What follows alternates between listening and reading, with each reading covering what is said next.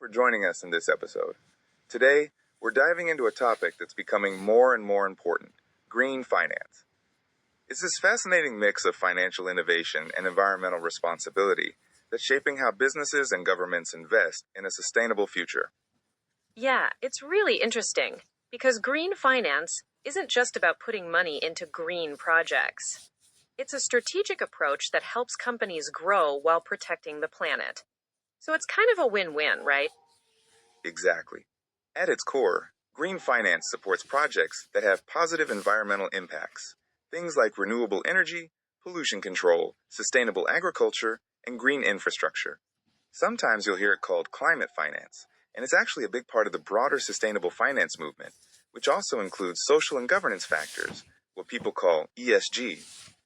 ESG, that's environmental, social, and governance, right? So green finance focuses mostly on the environmental side of that? Right. To put it simply, green finance means financial support, like loans, investments, or insurance, that promotes environmentally friendly activities. And importantly, it avoids funding anything harmful to the environment now or in the future. That makes sense. So, for example, a green loan might help someone install solar panels on their home or buy an electric car. And green bonds are kind of like eco-friendly IOUs that raise money for clean energy or conservation projects. Yeah, that's a great way to put it. And the scale of this is huge. In 2024, global investment in the energy transition hit a record $2.1 trillion. That really shows how crucial green finance is becoming worldwide. Wow, that's a massive number. And it's not just about money. It's about helping countries meet big climate goals, like the Paris Agreement and the UN's Sustainable Development Goals. Absolutely. Plus, green finance helps reduce financial risks linked to climate change. Investing in green projects means less exposure to things like stricter regulations or environmental damage. It also promotes long-term economic resilience by encouraging innovation and reducing reliance on fossil fuels. And businesses benefit too. Green finance can boost their reputation and attract investors and customers who care about the environment. So it's not just good for the planet, but good for business as well.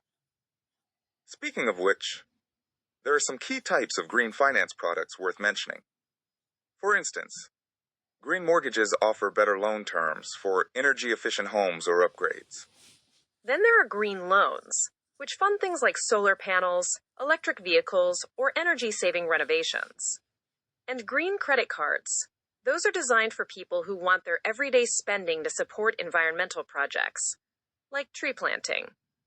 Don't forget green banks. These are special financial institutions that use public money to attract private investment in clean energy and climate-resilient infrastructure. And green bonds, which are issued by companies or governments to raise money specifically for environmental projects. These tools really help make green projects more accessible and affordable. Now, public funds alone can't cover the huge costs of the green transition, so private sector involvement is crucial. Governments encourage this through subsidies, tax incentives, and market-based tools. Right, and public-private partnerships help share risks and make green investments more attractive to private investors. Governments also help by reducing information gaps, like issuing green certificates to clarify what counts as a green investment. But there are still challenges ahead. We need better policy coordination and harmonized standards globally. Awareness and capacity among financial institutions and businesses have to improve. Plus, more innovation in green financial products is needed, along with better disclosure of environmental information in financial markets.